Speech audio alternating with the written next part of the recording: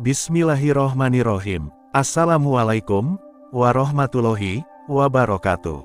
Syukur alhamdulillah kita bisa berjumpa lagi di channel ini. Sholawat serta salam kita curahkan kepada junjungan Nabi kita Muhammad Sallallahu Alaihi Wasallam. Allahumma sholli ala Sayyidina Muhammad, wa ala ali Sayyidina Muhammad. Harapan dan doa kepada saudaraku semuanya. Semoga selalu diberikan kesehatan, dilapangkan rizkinya, dipanjangkan umurnya, dan diampuni segala dosa-dosanya. Amin amin, ya robbal alamin.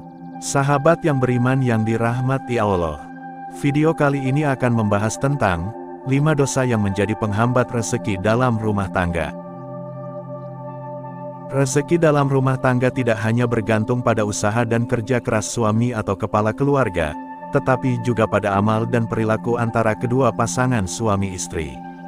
Terkadang, tanpa disadari, terdapat dosa-dosa tertentu yang menjadi penghambat datangnya rezeki dalam rumah tangga.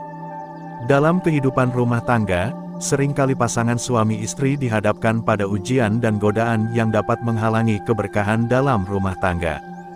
Godaan-godaan ini, jika tidak dihindari, dapat berujung pada dosa yang pada akhirnya menjadi penghambat rezeki dalam rumah tangga itu sendiri. Berikut ini adalah di antara dosa-dosa tersebut. Inilah beberapa dosa yang wajib dihindari oleh pasangan suami istri agar tidak menjadi penghambat rezeki dalam rumah tangga.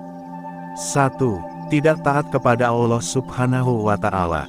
Mengutip buku 29 dosa yang menghalangi datangnya rezeki yang ditulis oleh Ibnu Mas'ud Masjur, dosa utama yang menjadi penghambat rezeki dalam rumah tangga adalah karena tidak taat kepada Allah. Sebagai contoh, ketika kita bekerja kepada seseorang dan kita taat aturan serta menuruti perintah dengan baik, maka dengan senang hati orang tersebut akan memberikan bonus kepada kita.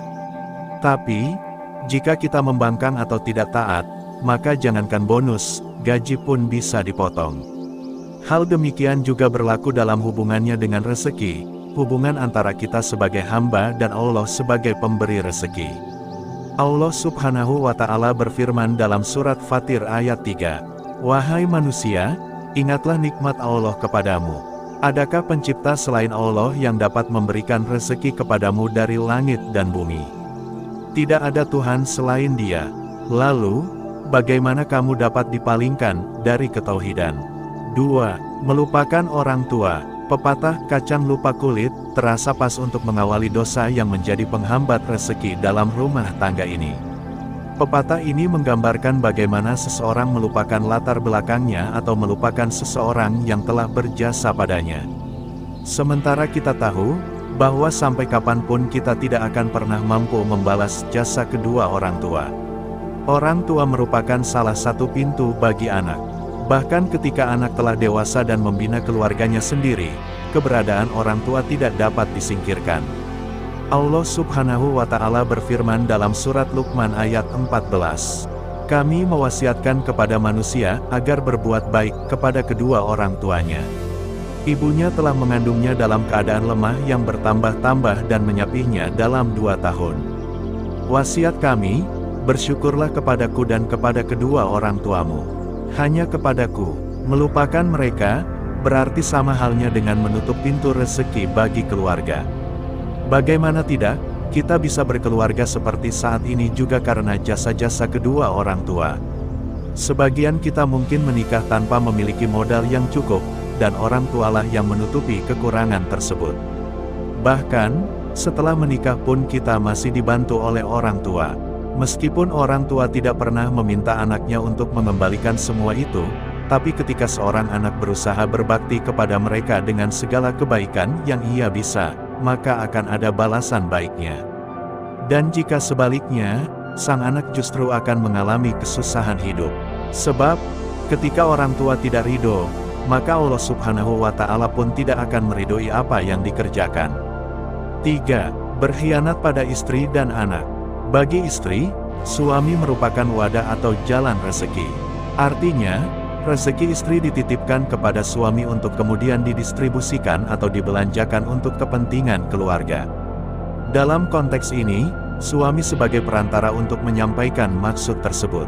Di sini sang suami akan diuji, sejauh mana ia bisa dipercaya atau memiliki sifat amanah. Apakah rezeki yang ia dapatkan benar-benar untuk keluarga, atau justru ia habiskan sendiri, sementara keluarga hanya diberi sedikit atau bahkan tidak diberi sama sekali. Dalam kehidupan sehari-hari, hal yang demikian sering kali terlihat. Seorang kepala keluarga bekerja keras, namun ketika mendapatkan gaji, ia justru tidak segera pulang ke rumah untuk menafkahi keluarganya, melainkan pergi ke tempat judi, tempat karaoke, dan tempat sarang dosa lainnya, lah membelanjakan gajinya untuk kesenangan pribadi. Sementara di dalam rumah, seorang istri dan anak-anaknya mengharapkan rezeki itu dan menunggu kepala keluarga mereka pulang dengan selamat. Tetapi ternyata, orang yang mereka tunggu membelokkan langkahnya dan justru mengkhianati mereka. Ketika seorang suami dipercaya oleh Allah Subhanahu wa Ta'ala untuk dititipi rezeki bagi keluarga, tetapi ternyata ia tidak menyampaikan kepada anggota keluarga, yang justru mementingkan kesenangan pribadi, hal ini tentu dapat mengecewakan sang pemberi rezeki. Ketika seorang suami tidak lagi bisa dipercaya sebagai penyampai rezeki, maka sesungguhnya ia juga tidak bisa dipercaya sebagai pemimpin keluarga. Dan ketika kepercayaan itu hilang, maka rezeki pun akan perlahan menghilang darinya. Hal yang wajib para suami ketahui adalah bahwa setiap rezeki yang ia dapatkan bukanlah semata-mata untuk dirinya sendiri. Allah Subhanahu wa Ta'ala menitipkan rezeki itu kepada mereka agar ia nafkahkan kepada yang lain, yaitu keluarga. Rasulullah Shallallahu Alaihi Wasallam bersabda, "Sungguh tidaklah engkau menginfakkan nafkah harta dengan tujuan mengharapkan melihat wajah Allah pada hari kiamat nanti, kecuali kamu akan mendapatkan ganjaran pahala yang besar hingga makanan yang kamu berikan kepada istrimu." Hadis riwayat Bukhari. Dalam kesempatan lain, Nabi Muhammad Shallallahu Alaihi Wasallam juga bersabda, bahwa setiap rupiah yang ia berikan kepada istri dan keluarga, lebih mulia daripada memberikannya kepada orang lain dengan tujuan apapun. Rasulullah Shallallahu Alaihi Wasallam bersabda, 1 dinar yang engkau keluarkan di jalan Allah, lalu 1 dinar yang engkau keluarkan untuk memerdekakan seorang budak, lalu 1 dinar yang engkau keluarkan untuk 1 orang miskin, dibandingkan dengan 1 dinar yang engkau nafkahkan untuk keluargamu, maka pahalanya lebih besar menafkahkan untuk keluarga. Hadis riwayat Muslim. 4. Menyembunyikan sesuatu pada suami. Meskipun suami kerap melakukan dosa yang telah dipaparkan sebelumnya, tapi tidak semua penghambat rezeki dalam rumah tangga bersandar pada suami sebagai kepala keluarga atau penanggung jawab nafkah, melainkan istri juga ikut andil di dalamnya. Salah satunya adalah dengan menyembunyikan sesuatu dari suami. Tidak hanya soal materi, melainkan juga hal-hal yang bersifat rahasia lainnya. Dalam kaitannya dengan rezeki keluarga, hasil dari istri yang bekerja adalah milik istri sendiri, suami tidak memiliki hak di dalamnya. Hal ini tidak berlaku bagi suami karena ia berkewajiban menafkahi keluarganya. Meski demikian, istri diharapkan terbuka terhadap suami, berapa gajinya, berapa tabungannya, dibelanjakan untuk apa saja, dan lain sebagainya. Hal tersebut bukan sebagai laporan kepada suami, melainkan suami bertanggung jawab atas apa yang dilakukan oleh istrinya. Artinya, suami wajib mengetahui atas apa yang dilakukan oleh istrinya terhadap rezeki yang dimilikinya. Jika istri ternyata menyalahgunakan, suami wajib mengontrol dan mengingatkannya. Ingat, fungsi suami mengetahui harta istri adalah mengontrol dan mengingatkan jika istri berbuat kesalahan, bukan untuk menekannya. Istri berhak menggunakan hartanya untuk kebutuhannya sendiri, baik untuk berhias, membeli pakaian, membeli barang-barang dan lain sebagainya. Meski demikian, hal ini pula yang kerap disalahpahami oleh pihak istri. Suami ingin mengetahui hartanya dianggap ingin menguasai. Padahal suamilah yang akan diminta pertanggungjawaban atas apa yang dilakukan istrinya. Dalam suatu kesempatan, Rasulullah Shallallahu Alaihi Wasallam mengingatkan betapa bahayanya perempuan jika tidak dikontrol. Beliau bersabda, sesungguhnya orang yang selalu melakukan kefasikan adalah penghuni neraka. Wahai Rasulullah, siapakah orang selalu berbuat fasik itu?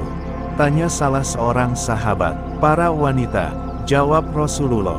Bukankah mereka itu ibu-ibu kita, saudari-saudari kita, istri-istri kita? Tanya sahabat lagi. Benar, akan tetapi, apabila mereka diberi sesuatu, mereka tidak bersyukur. Apabila mereka ditimpa ujian, musibah, mereka tidak bersabar, jawab Rasulullah. Dari bahaya perempuan yang disampaikan oleh Rasulullah Shallallahu Alaihi Wasallam dalam hadis di atas, maka suami berhak tahu dan wajib mengetahui atas segala perilaku istrinya, terutama tentang syukur dan sabar. 5. Tidak menghormati tamu. Setiap rumah tangga wajib menghormati tamu. Bukan semata-mata mengharap rezeki, menghormati tamu adalah cara mereka berperilaku sosial sebagaimana ajaran Islam. Tidak dapat dipungkiri bahwa salah satu ciri dari rumah yang mendatangkan rezeki adalah senantiasa didatangi tamu karena kelapangan hati pemiliknya. Saking penting menyambut dan memuliakan tamu, Rasulullah Shallallahu Alaihi Wasallam bersabda, "Tamu datang pada kalian dengan membawa rezeki." Hadis riwayat Muslim. Dalam riwayat lain, Rasulullah Shallallahu Alaihi Wasallam bersabda, "Tamu datang dengan membawa rezekinya dan pergi dengan menghapus dosa-dosa kalian dan Allah menghapus dari dosanya dan dosa-dosa kalian." Hadis riwayat Abu Syaikh. Akan tetapi, tidak semua orang senang dengan kehadiran tamu yang terus-menerus. Misalnya sang suami senang memiliki banyak teman yang datang ke rumahnya, ternyata istrinya tidak senang karena harus repot-repot menyuguhi tamunya. Kisah semacam ini juga pernah terjadi pada salah seorang sahabat. Istri salah seorang sahabat marah-marah karena suaminya kerap menerima tamu. Meski si suami sangat senang, namun istrinya menunjukkan sikap yang sebaliknya. Setiap kali mereka kedatangan tamu, istrinya menunjukkan sikap yang tidak baik. Sahabat itu kemudian mengadu kepada Rasulullah Shallallahu Alaihi Wasallam. "Katakan kepada istrimu bahwa hari ini Rasulullah dan beberapa sahabatnya akan bertamu ke rumah kita," kata Rasulullah. "Katakan kepada istrimu agar ia memperhatikan tamu pada saat keluar rumah."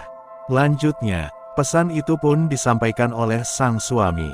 Maka ketika tamu datang dan pergi, si istri memperhatikan dengan saksama. Ternyata, tamu itu membawa daging dan buah-buahan yang banyak ketika datang, dan keluar rumah mereka membawa ular dan kalajengking yang banyak. Rasulullah Shallallahu Alaihi Wasallam kemudian bersabda, "Kedatangan tamu ke rumah mendatangkan karunia yang banyak ke dalam rumah dan pada saat mereka pergi mereka membawa keluar berbagai bencana." Sejak menyaksikan hal itu istri lelaki itu jadi senang menerima tamu. Demikianlah pembahasan mengenai dosa-dosa yang dapat menghalangi rezeki dalam rumah tangga. Mari kita hindari agar keluarga kita selamat dan selalu memperoleh rezeki yang berkah dari Allah Subhanahu wa Ta'ala. Terima kasih. Apabila ada salah kata atau penyebutan dalam video ini mohon maaf yang sebesar-besarnya. Semoga video kali ini bermanfaat, lebih dan kurangnya mohon dimaafkan. Jangan lupa untuk like, komen, dan subscribe channel kami. Sampai jumpa di video berikutnya. Terima kasih. Wassalamualaikum warahmatullahi wabarakatuh.